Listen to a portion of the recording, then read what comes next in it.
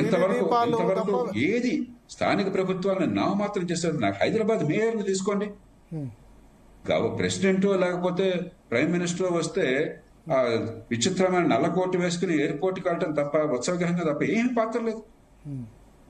British కాలంలో స్థానిక ప్రభుత్వాలకి ఆ తెల్లవాళ్లు మనకు ఎక్కువ అధికారం ఇచ్చారు.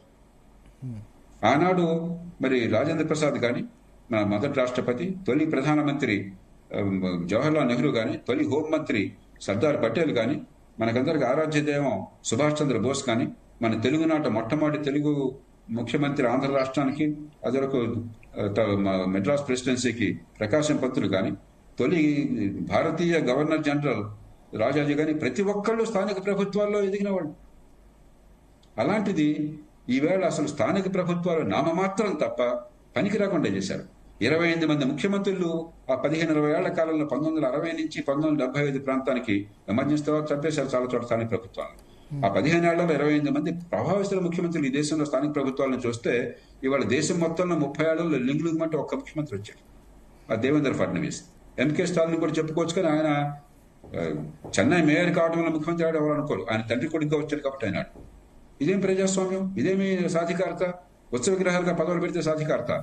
నిజమైన సాధికారత ఇవ్వడానికి ఇష్టం లేదు, ఎంత డ్రామాలు ఆడుతున్నారు ఈ వీళ్ళు కానీ వాడు కానీ. కాబట్టి నిజంగా దేశం మీద మమకారం ఉంటే, నిజంగా అణగారిన వర్గాలకు అధికారం కావాలి, ప్రజలకు అధికారం పాత్ర కావాలి అన్నట్టయితే, ఈ కేంద్రీకరణ స్థానంలో మూడో అంచె ప్రభుత్వాలు నిజంగా బలమైన స్వయం ప్రతిపత్తి గల వనరులున్న ప్రభుత్వాలు కావాలి. చైనాలో 51% ఖర్చు పెడుతున్న స్థానిక ప్రభుత్వాలు మన దేశంలో ప్రపంచం మొత్తంలో తక్కువ 3% ఖర్చు పెడుతున్నాయి.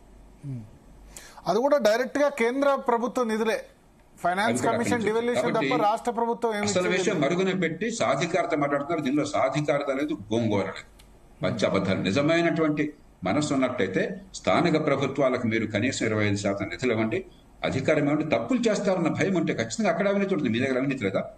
అడుగుడిన అవినీతి ఉన్నది, అక్కడ అవినీతి ఎక్కువ ఉండదు. ఒకవేళ ఉన్నా కూడా ఖచ్చితంగా అక్కడ ఆంబుడ్స్మన్ పెట్టండి, తప్పు చేస్తే దండించండి. అధికారం ఇవ్వండి. అధికారం లేకుండా సాధికారత ఏం మాట్లాడుతున్నారు? ఉత్సవగృహాలకు అధికారం ఉంటుందా? సాధికారత ఉంటుందా? ఒక్క మున్సిపల్ చైర్మన్ ఈ దేశంలో కమిషనర్లు పెట్టుకోవచ్చా? ఒక్క మేయర్కి మాట చెల్లుతుందా ఈ దేశంలో? తెల్లవాళ్ళున్న కాలంలో మనకి సుభాష్ చంద్రబోస్ని ఒక పౌరుణ్ణి, ఐసీసీ రాజ్యం చేసిన ఒక పౌరుణ్ణి చిత్తరంజన్ దాస్ కలకత్తా మేయర్గా బ్రిటిష్ వాళ్ళని ఎదిరించి కమిషనర్గా పెట్టుకున్నాడు. సుభాష్ బోస్ని జైల్లో పెడితే స్వతంత్ర పోరాటంలో పాల్గొన్నాడని మీరేం చేస్తారో నాకు తెలియదయ్యా. అతడు పరిపాలన బ్రహ్మాండంగా చేస్తున్నాడు, అతడే కమిషనర్ కొనసాగాలంటే జైల్లో ఉండగా ఫైల్ దానికి వెళతాయి, ఆయన ఆదేశాలు అమలు అవుతాయని చెప్పి బ్రిటిష్ ప్రభుత్వం అసాధారణ ఆదేశాన్ని ఇచ్చింది. ఇవాళ ఒక్క బీగ్రేడ్ మున్సిపాలిటీ అయినా సరే ముఖ్యమంత్రి అనుమతి లేకుండా ఒక్క కమిషనర్ నియామకం జరుగుతుందా? ఏమి సాధికారత మాట్లాడుతున్నారు? ఎక్కడ సాధికారత? గోంగూర.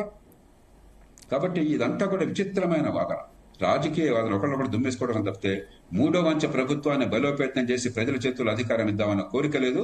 ఎట్లాగొట్ల రాష్ట్రంలో కేంద్రీకరణ జాతీయ స్థాయిలో కాదు, అధికారం అంతా ప్రస్తుతం రాష్ట్రాల్లో. 30 ఏళ్ల క్రితం దేశం వేరు, ఈవేళ దేశం వేరు. అధికారం అంతా రాష్ట్రాల చేతుల్లో, ముఖ్యమంత్రి చేతుల్లో ఉన్నది. సాధికారత అన్నది కాదు. అధికారాల సంగతి పక్కన పెడితే